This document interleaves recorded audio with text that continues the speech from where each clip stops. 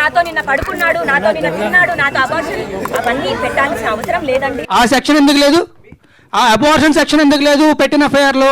ఇవి తప్పు చేయని మనిషి ఎందుకు తప్పించుకుంటాడు?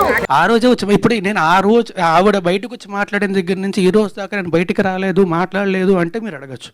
నేను ఫస్ట్ వచ్చి మాట్లాడాను. మేమిద్దరం లవ్ మ్యారేజ్ చేసుకున్నాం, మేమిద్దరం మాత్రమే ఉన్నాం. మేము పెళ్లి చేసుకున్న 3వ నెలకి మేము పెళ్లి చేసుకున్న సెల్ఫీస్ ఉన్నాయి, సబ్మిట్ చేయడం జరిగింది. పెళ్లికి సంబంధించినవి గుడిలో నా మెడలో తాళిగా కట్టినప్పుడు మేము ఇద్దరం దిగిన ఫోటో ఉంది, అది సబ్మిట్ చేయడం జరిగింది. నేను చెప్పిన ప్రతిదానికి కూడా ప్రూఫ్ ఉంది. అది దాటి కూడా ఇంకా చాలా ప్రూఫ్లు నా సోదరుడు శేఖర్ భాష తీసుకొచ్చాడు. నా దగ్గర కూడా ఇంకా చాలా ఉన్నాయి. చేయాల్సిందంతా చేసి వదిలించుకోవాల్సిందంతా వదిలించుకొని నేను లీగల్ గా చూసుకుంటాను, మా లాయర్ మాట్లాడతాడు అంటే కరెక్ట్ కాదు. నేను వాళ్ళు నాకు నోటీసులు ఇచ్చారు, నేను తిరిగి రెస్పాండ్ అవ్వాలి, నేను అయ్యాను. మేమిద్దరం లవ్ మ్యారేజ్ చేసుకున్నాం, మేమిద్దరం మాత్రమే ఉన్నాం.